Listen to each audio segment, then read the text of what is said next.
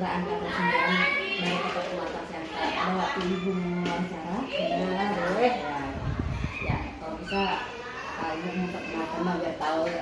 Perkenalkan, nama saya Ananda Dwi Anggra Batubara. Saya itu di sini sebagai kepala sekolah di SMIT Ilmu Adab Penguatan Center.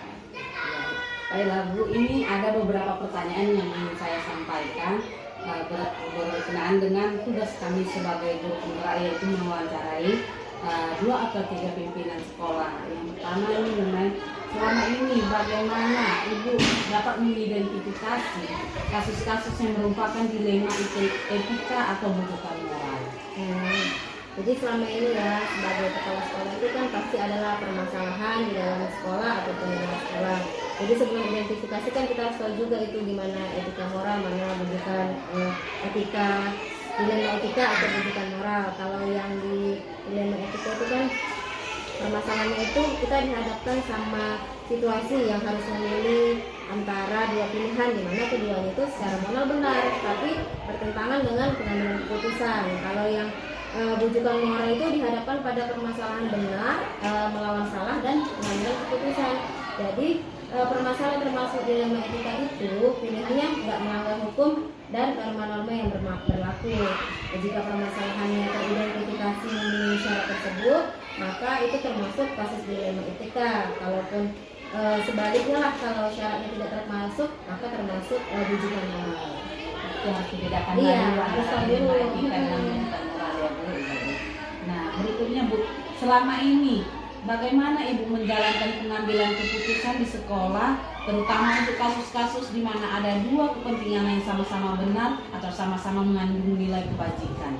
Kalau pengambilan keputusan itu ya yang menghadapi sama-sama benar.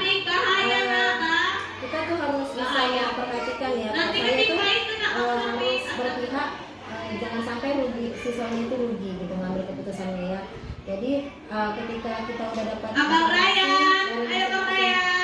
terkait, biasanya kasus itu kan diselesaikan dari pihak yang bawah dulu, dari kelasnya itu dulu, guru kelasnya, baru nanti ke saya, di situ baru saya identifikasi kasusnya, sekaligus juga pertimbangan beberapa hal yang sudah disampaikan oleh wali kelas. Mungkin setelah itu saya akan mendapatkan keputusan yang terbaik. Berpihak kepada murid dari guru kelas dulu, baru ke kepala sekolah ya Bu ya. Tentunya Bu, langkah-langkah atau prosedur seperti apa yang biasa Ibu lakukan selama ini?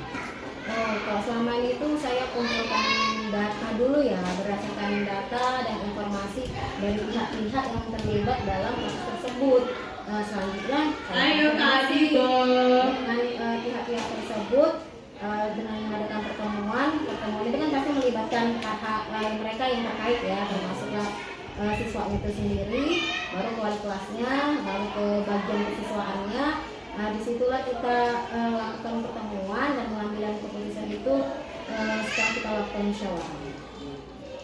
Terus Bu, hal-hal apa saja yang selama ini Ibu anggap efektif dalam pengambilan keputusan pada kasus-kasus dilema etika?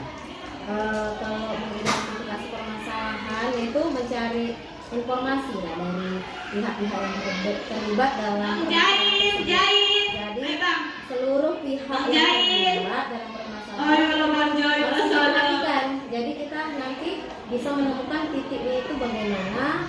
Sudah kita lihat, kita kumpulkan data, lalu kita kumpulkan otomatis nanti disitulah kita bisa menentukan. Kemudian hal-hal apa saja yang selama ini merupakan tantangan dalam pengambilan keputusan pada kasus-kasus dilema etika? Tantangannya itu keputusan yang kita ambil itu bisa diterima orang gitu ya. Jadi belum tentu apa yang kita putuskan itu orang bisa menerima, karena kita kan harus memikirkan banyak hal ya, dari sini. Jadi tantangannya itu belum tentu apa yang kita ambil keputusan itu baik buat orang lain. Jadi itu dia tantangan buat saya. Berarti itulah menurut Ibu tantangan yang tantangan dalam mengambil keputusan. Tapi pada dasarnya keputusan harus berpihak kepada murid ya. Kemudian Bu, apakah Ibu memiliki sebuah tata kala atau jadwal tertentu dalam sebuah penyelesaian kasus dilema etika? Apakah Ibu langsung menyelesaikan di tempat atau memiliki sebuah jadwal untuk menyelesaikannya, bentuk atau prosedur seperti apa yang Bang Rafa, Kalau untuk menyelesaikan masalah itu tidak ada jadwal, jadi saya itu lihat dulu ya mana permasalahannya itu, mana yang paling urgent, itu kita bisa ambil dulu. Nah, biasanya itu langsung saya ambil aja itu mana yang bermasalah, kita kumpulkan.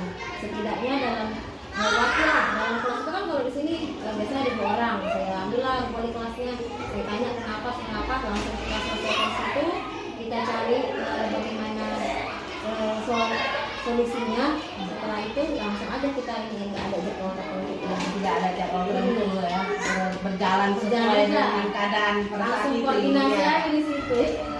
Berikutnya Bu, adakah seseorang atau faktor-faktor apa yang selama ini mempermudah atau membantu Ibu dalam pengambilan keputusan dalam kasus-kasus dilema etika? Faktor-faktor yang mempermudah itu kita itu salah satunya koordinasi. Jadi koordinasi antara sesama di sekolah ini, ada sekolah termasuk saya, gurunya, wali kelasnya, bagian kesiswaannya, itu semua itu dikumpulkan, otomatis kan dapat data dan informasi dari mereka. Jadi kalau sudah ada semua itu ya sudah, tinggal kita putuskan Ayo, saja Kak Lena. apa yang menjadi harusnya. Udah siap belajarnya? Untuk faktornya itu ya Bang koordinasi. Yusuf, Bang Yusuf Al-Muiz, Dari semua hal yang telah disampaikan, Bang pembelajaran Yusuf. apa yang dapat Ibu petik dari pengalaman Ibu mengambil keputusan dilema etika?